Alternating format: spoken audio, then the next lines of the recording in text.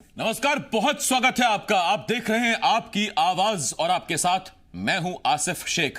आपकी आवाज में आज बात महंगे पेट्रोल और डीजल से कराह रही जनता और जनता के जख्मों पर नमक छिड़कती सियासत की। 27 पैसे की बढ़ोतरी के साथ एमपी में अब पेट्रोल की कीमत 97 रुपए 52 पैसे प्रति लीटर पहुंच गई है। अगर तेल की कीमतें इसी रफ्तार से आगे बढ़ती हैं तो आज से ठीक 10 दिन बाद भोपाल में सादे पेट्रोल की कीमत 100 रुपए प्रति लीटर को पार कर जाएगी। महंगे तेल से आम आदमी परेशान है, जनता हलकान है, विपक्ष सड़कों पर विरोध कर रहा है और ऊपर से मंत्री और सांसद कैसे बेतुके बयान दे रहे हैं, यह भी हम आपको सुनवाएंगे। कई सवाल होंगे जिनके जवाब जानने की कोशिश करेंगे। एक खास पैनल भी हमारे साथ जुड़ेगा, लेकिन आइए सबसे पहले एक रिपोर्ट देखते हैं।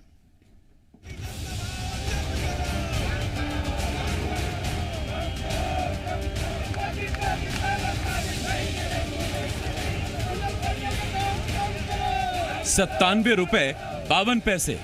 जी हां, राजधानी भोपाल में 1 लीटर पेट्रोल की आज यही कीमत है। एक बार फिर 27 पैसे प्रति लीटर की बढ़ोतरी के साथ तेल ₹97.5 से महंगा हो गया। और अगर बढ़ती कीमतों की यही रफ्तार जारी रहती है तो आज से ठीक 10 दिन बाद भोपाल में सादा पेट्रोल 100 रुपए के पार पहुंच जाएगा।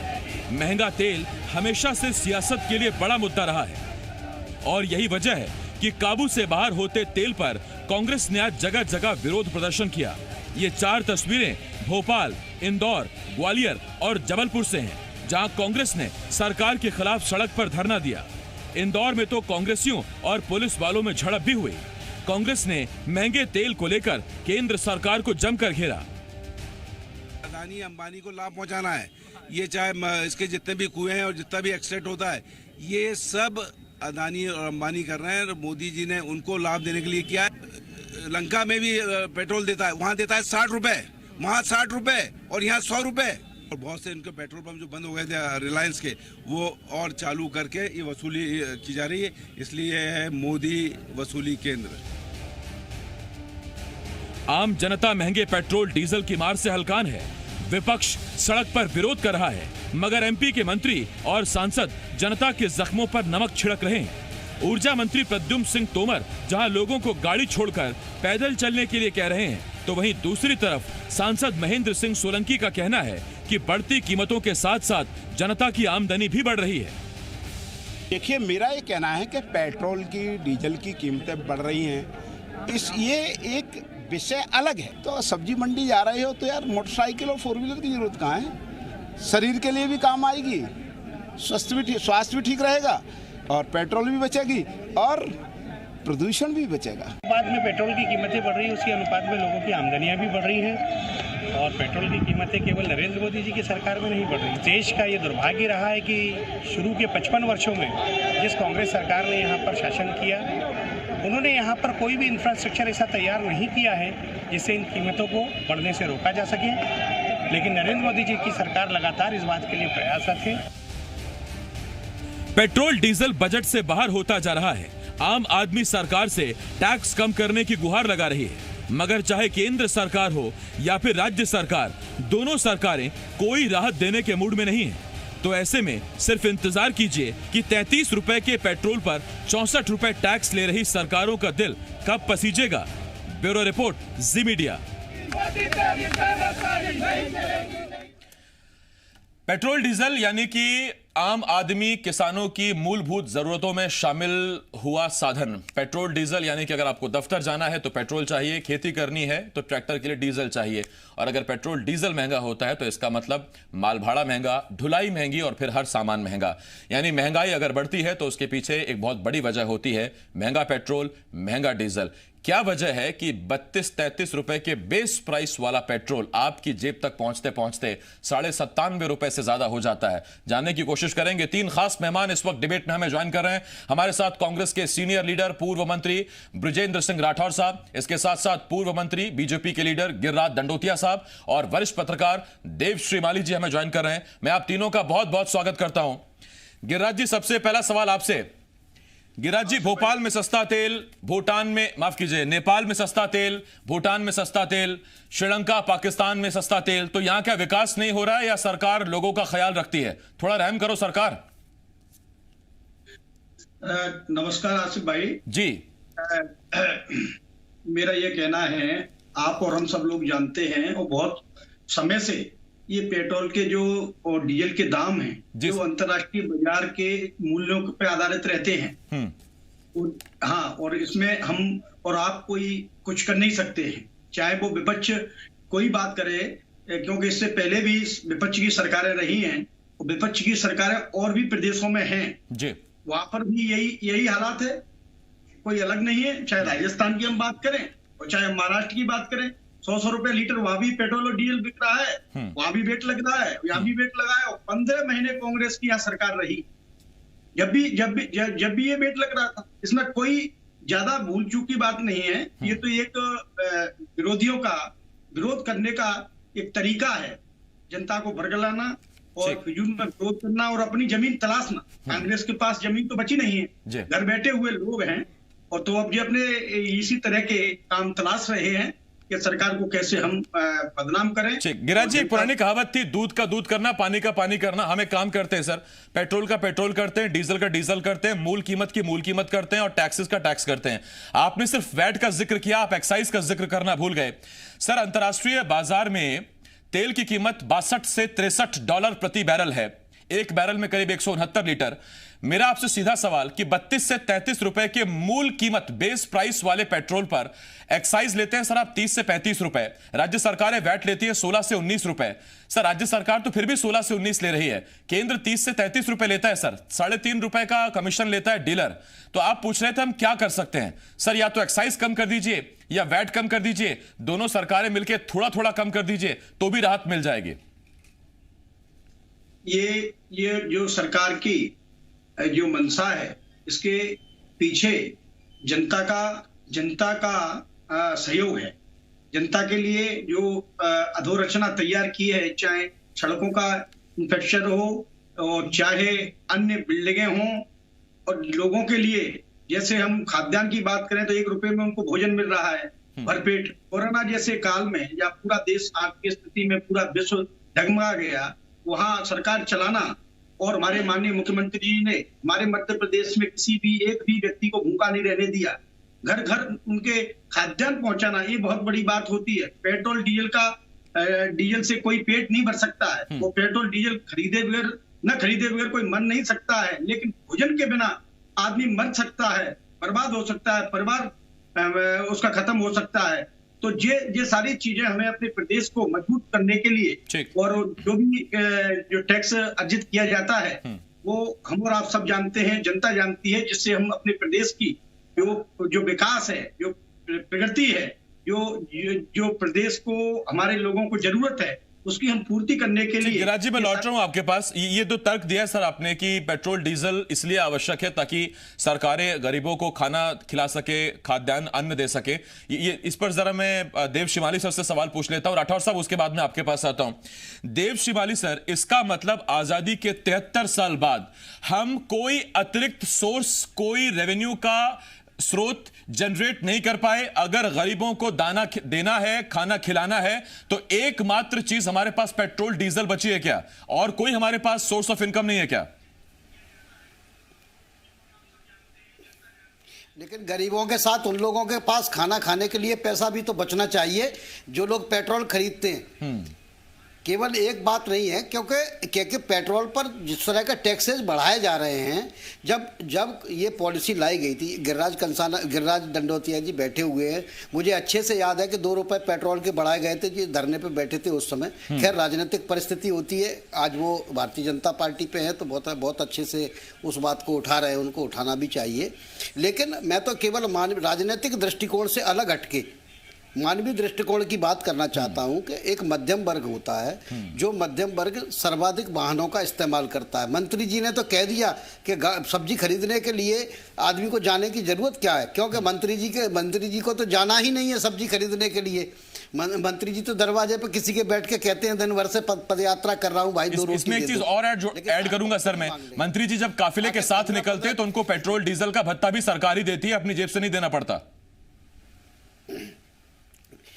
मैं वही कह रहा हूँ। दूसरी बात यह है कि उन्होंने बहुत आसानी से बोल दिया, एक आदमी को जिसको 10:30 बजे नौकरी पे जाना है और 16 किलोमीटर दूर सब्जी मंडी है, तो कितनी देर में पहुंचेगा, कब लेके आएगा, कब बनेगा? ठीक है, तो बात ये नहीं है कि भाई जब शहरों का विस्तार हो रहा, अधोसंरचना का विस्तार हो रहा, शहर 15-15, 20-20 किलोमीटर दूर तक ले जाए जा रहे हैं, तो वाहन तो चलेंगे ही ना। और वाहन चलेंगे तो ये तो कोई तर्क ही नहीं हुआ कि भाई आपको नहीं करेंगे। भाई 35 रुपए का पेट्रोल हमको मिल रहा है। अधोसंरचना का विकास तो ऐसा तो है नहीं कि नेपाल में विकास ही नहीं हो रहा होगा, बिल्कुल ऐसा भी नहीं कि श्रीलंका में विकास ही नहीं हो रहा होगा।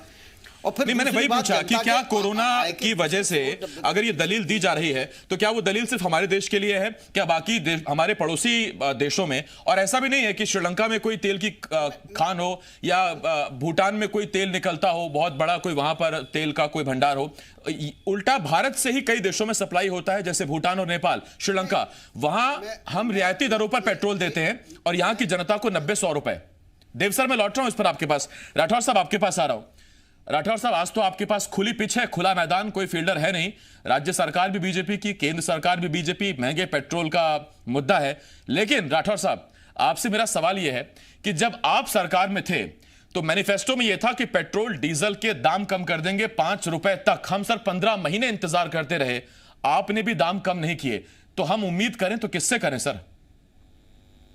हाँ, देखिए आसिफ जी, आपने खुला मैदान छोड़ा है तो थोड़ा ओवर भी दीजिए खेलने के लिए। मैं आपसे पूछता हूं, भारत सरकार में मनमोहन सिंह जी जब जीएसटी की कल्पना लेके आए थे, उसके बाद जिस तरीके से हड़बड़ी में जीएसटी को लागू किया गया, डिबेट कोई हुई नहीं और इन्होंने बिल्कुल गलत तरीके से जीएसटी को लेके आए। और जब जीएसटी लेके आए तब कहा था कि एक राष्ट्र, एक विधान, एक कर। सबको उम्मीदें बंधी थी कि इसके माध्यम से अब हिंदुस्तान में डीजल पेट्रोल सारे राज्यों में एक सा हो जाएगा। लेकिन आज अगर मध्य प्रदेश और उत्तर प्रदेश के पास हम खड़े होते हैं, संयोग से मेरा जिला मेरी विधानसभा बॉर्डर के ऊपर है और 1 किलोमीटर इधर से उधर जाने में लगभग 8 रुपए लीटर का फर्क आ जाता है। तो ये सरकार की जो कथनी और करनी का अंतर है, यहां से ये गिनती शुरू होती है। अभी मैं अपने मित्र को सुन रहा था, 1 साल पहले तक तो ये गुणगान गाते थे कि कांग्रेस पूरा जो कुछ भी तरक्की हुई है कांग्रेस ने की है, भारतीय जनता पार्टी ने कुछ नहीं किया। आज वो कह रहे हैं कि भारतीय जनता पार्टी ने की है। मैं आपसे पूछता हूं, क्या कोरोना से हो गया? क्या जो है वो 6 वर्ष में हो गया? केवल आपके पास अगर उपलब्धि है तो केवल यही उपलब्धि है कि आपने एयर इंडिया को बेचने का काम किया, आप एरोड्रम को बेचने का काम कर रहे हो, आप बीएसएनएल को बेचने का काम कर रहे हो, आप ओएनजीसी को बेचने का काम कर रहे हो, आप देश की सड़क को बेचने का काम कर रहे हो। मतलब जितनी भी सरकारी संपत्तियां हैं उनको बेच दो। मध्य प्रदेश में 39 संपत्तियों को बेचने की आप शुरुआत आपने कर दी। आप कर्ज के ऊपर कर्ज ले रहे हो, आपने 10 महीने के अंदर 11,000 करोड़ रुपए लगभग का कर्जा ले लिया। और आम आदमी की हालत आपने क्या कर दी? रसोई गैस महंगी हो गई, डीजल 100 रुपए हो गया, पेट्रोल शतक लगा गया। इसके बाद आप देखिए डीएपी आपने महंगा कर दिया, आप बिजली की दरें 200 यूनिट कर दी, जो 100 रुपए में 100 यूनिट हम कांग्रेस के टाइम में दे रहे थे, आपने 200 रुपए आपने उसको कर दिया। किराना आपने 40%। मैं राठौर साहब आपको एक बात बताऊं सर, विपक्ष कहीं भी प्रदर्शन करे, धरना करे, आम जनता को बहुत ज्यादा फर्क पड़ता नहीं है। लेकिन आज जब पेट्रोल 97.5 रुपए के पार पहुंच गया और आज जब कांग्रेस हमें नजर आई ग्वालियर में, इंदौर में, भोपाल में, जबलपुर में सड़कों पर, तो जनता को लगा कि हाँ विपक्ष अपनी भूमिका निभा रहा है। तो सर 97.5 होने तक का इंतजार कर रहे थे या पहले सक्रियता कुछ कम थी? नहीं, बराबर हम लोग सड़कों पे थे। और बल्कि हम कहेंगे कि ये अहंकारी सरकार, ये जहां अगर कोई बोलने के लिए खड़ा होता है तो उसके खिलाफ ये पुलिस के डंडे चलवाते हैं, पानी की बौछारें डलवाते हैं, धारा 144 लगाते हैं। तो ये जो अब इन्होंने आदत इनकी ये बन गई है कि ये सुनना नहीं चाहते, केवल बोलना नहीं चाहती। ये अब इंतजार कर रहे हैं कि पार्टियां नहीं, अब आम जनता जब सड़कों के ऊपर आ जाएगी, उतर जाएगी। आज 3 महीने से किसान बैठा हुआ है हिंदुस्तान का। आपने देखा कितनी निर्दयी सरकार है कि उनके पास जाने का किसी के पास वक्त नहीं है। और इनके इसीलिए आप देखिए आज पंजाब का जो रिजल्ट आया ना, 0 आया। और आगे जो रिजल्ट आएंगे ये तैयारी कर लें अपने जीरो रिजल्ट के लिए। तो बातें ये करते हैं संबल योजना की, बड़ी बड़ी बातें, उसमें इनके पास पैसा नहीं है। सोसाइटियों में राशन नहीं मिल रहा है, फर्जी बिल किसान को मिल रहे हैं, किसानों की मोटरसाइकिल जब्त हो रही है, उनके ट्रैक्टर जब्त हो रहे हैं। लेकिन उसी तरह दूसरी सरकारी कंपनियों पे उस पे आप जो है वसूली नहीं कर रहे हो। तो कुल मिला जुलाकर जो है जो 60 साल का जतन था वो 6 साल का पतन इन्होंने कर दिया। ठीक, तो मैं ये इस पर जो लौट दो- रहा हूं आपके पास राठौर साहब। गिरिराज जी, आप जिस इलाके से आते हैं थोड़ा सा किलोमीटर अगर आप और चल लेंगे तो यूपी की सीमा लग जाएगी, और यूपी की सीमा जहां लगती है वहां आज की अगर आप दाम देखें तो सर आज के रेट के हिसाब से यूपी में 87-88 रुपए के आसपास या 79 रुपए के आसपास का तेल है। 8 से 9 रुपए का अंतर आता है। और हमने पिछली डिबेट में खबर दिखाई थी कि टीकमगढ़ के युवा यूपी जाते हैं, वहां से पेट्रोल भर कर लाते हैं और यहां 2-3 रुपए एमपी के रेट से कम में बेच देते हैं। राजस्व का नुकसान आपको हो रहा है, अवैध तौर पर पेट्रोल डीजल बेचा जा रहा है। अगर कोई हादसा हो गया तो फिर उसका जिम्मेदार कौन होगा? और सबसे बड़ी बात यह कि आप भले ही सोच रहे हो कि पेट्रोल डीजल से आपको बराबर राजस्व मिल रहा है, आपको भी जानकारी है, ओरछा से ही आते हैं राठौर साहब, जरा पूछिए, ये एक नया तंत्र, नया माफिया पैदा हो गया है सर। अरे हाल 10 किलोमीटर के ऊपर पेट्रोल पंप खुले हुए हैं, सब दुकानें जो है जगह जगह आप चले जाइए, हर जगह डीजल पेट्रोल बिकता दिखता है और हादसे एक नहीं कई हादसे हो चुके हैं। ठीक। और अभी मैं सुना था प्रद्युमन सिंह जी और को गिरिराज जी, मैं नसीहत- आपको ये भी बता दूं कि राठौर साहब के भी पेट्रोल पंप है, आजकल उनके यहां भी थोड़ा काम मंदा चल रहा है क्योंकि उनसे सस्ता बाकी इलाके के लोग बेच दे रहे हैं, तो वो भी आपसे सुनना चाहते हैं इस पर। हमारे यहाँ है और आज के नहीं है, 60वें दशक के हैं। हाँ नहीं, मैं जानता हूं सर, मैं लौट रहा हूं इस पर आपके पास, लेकिन जाहिर बात है जिसने पैसा खर्च किया, जिसके एम्प्लॉय हैं, उसे कम से कम पैसा तो मिले। गिरिराज जी, मैं आपको बता देना चाहता हूं कि जो यूपी की आपने बात करी, यूपी तो मेरे वहां से 50 किलोमीटर दूर है, लेकिन मैं बगल में राजस्थान जो मेरे से 1 किलोमीटर दूर भी नहीं है, धौलपुर, और मैं इस नदी के इधर रहता हूं और उधर राजस्थान 1 किलोमीटर की दूरी है, वहां पर 100 रुपए पेट्रोल बिक रहा है और कांग्रेस की सरकार है, वहां पहले ही कम कर दे, महाराष्ट्र में कम कर दे, हम दूर नहीं जाएंगे, हम तो धौलपुर की बात कर रहे हैं 1 किलोमीटर की, 1 किलोमीटर पे कम कर दे। नहीं तो आप ये आप अपने इलाके के लोगों को ये आइडिया दे रहे हैं क्या कि आप यहां से लीजिए पेट्रोल, राजस्थान बेचिए? ये आत्मनिर्भर भारत का कुछ नया कॉन्सेप्ट है क्या सर? नहीं, बराबर है, करो इधर बराबर, पता नहीं होगा, बराबर है, लेकिन पूछ 100% एक्साइज ड्यूटी अभी मोदी जी के टाइम में बढ़ी। गिरिराज जी, मैं आपके पास आ रहा हूं। गिरिराज जी, ये वैट राज्य सरकारें लेती हैं, लेकिन क्या वजह है कि मध्य प्रदेश में जो अतिरिक्त वैट लगाया गया था, अतिरिक्त पेट्रोल पर सेस लगाया गया था, वो लगाया गया फिर हटाया ही नहीं गया? क्या आवश्यकता पड़ी उसकी? मैं आपको खुले शब्दों में कहना चाहूंगा कि बिल्कुल माननीय मुख्यमंत्री जी जो मध्य प्रदेश के हैं, उनकी आंतरिक भावना किसानों से जुड़ी है। आज 4,000 रुपए उनके खाते में गया है, उसकी किसी ने बात नहीं की। आज गरीब को घर बैठे भोजन मिला, उसकी किसी ने बात नहीं की है। आज 4,000 रुपया हर किसान के खाते में है। जो छोटा छोटा किसान था वो अपने बच्चों के लिए, अपने खेती के लिए, खाद के लिए, कई दवाई के लिए जो 4,000 रुपए का उनको सहयोग मिल रहा है, हर बार वो उनके खाते में 2-2 हजार रुपए डाल रहे हैं। 4,000 रुपया उन्होंने बढ़ाया, 6,000 रुपया केंद्र सरकार डाल रही है। ये पैसा कहाँ से आएगा? जमीन से निकलेगा या पेड़ पे आएगा? ये पैसा यहीं से आ रहा है और कोई इसको खा नहीं रहा है। ये पेट अगर लिया जा रहा है तो ये जनता के हित के लिए लिया जा रहा है, उस गरीब किसान के लिए लिया जा रहा है जिसके बच्चे पढ़ सके और वो किसान उसी से रह सके। ठीक, मैं इस पर आ रहा हूं आपके पास सर। ये आपने जो जिक्र किया, बहुत अच्छा जिक्र किया। देव शिमाली साहब, एक छोटा सा गणित है सर, किसान, मैं राठौर साहब आता हूं आपके पास। राठौर साहब 1 मिनट।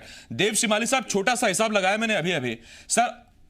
6,000 रुपए प्रधानमंत्री नरेंद्र मोदी और मोदी जी की सरकार किसानों को दे रही है आर्थिक मदद। 4,000 रुपए शिवराज सिंह चौहान भी दे रहे हैं, साथ में 2 किश्तों में, यानी कि 10,000 रुपए सालाना किसानों को मिल रहे हैं। ये गिरिराज जी ने बड़ी मजबूती से कहा। सर, एक किसान अगर दिन में सिर्फ 5 लीटर डीजल भी अगर जलाता है ट्रैक्टर में, मैं सिर्फ 5 लीटर कह रहा हूं, सिर्फ 5 लीटर ट्रैक्टर डीजल भी अगर ट्रैक्टर में लगाता है तो 30 रुपए का बेस प्राइस वाला डीजल पर वो 60 रुपए टैक्स चुकाता है। इसका मतलब दिन के हो गए सर 300 रुपए, महीने के हो गए 9,000 रुपए, साल के हो गए 1,08,000। यानी कि साल में मोदी सरकार और शिवराज सरकार मिलकर दे रही है 10,000 और वो टैक्स चुका रहा है 1 लाख रुपए। ये सर जरा बताएंगे, समझ नहीं आया मेरे। गिरिराज जी भी सुनना चाहते हैं, राठौर साहब भी सुनना चाहते हैं, मैं भी सुनना चाहता हूं। नहीं, इसमें देखो, इसमें चर्चा करने की कोई बात ही नहीं है। क्योंकि ये इस तरह का कोई मैथमेटिक्स होता ही नहीं है कि वहां से जो पैसा दे रहे हैं वो यहाँ से जाएगा, क्योंकि अगर आपको पैसा मुझे उन्हें ही देना है तो उनसे ले ही क्यों रहे हो? लेके नहीं दिया जाता। सरकार का जो एक मेमोरेंडम होता है, सरकार का जो सिस्टम होता है, ठीक है, हालांकि गिरिराज दंडोतिया जी मंत्री रहे हैं और मैं उम्मीद करता हूं कि उन्हें वो मेमोरेंडम मालूम होना चाहिए और होगा भी।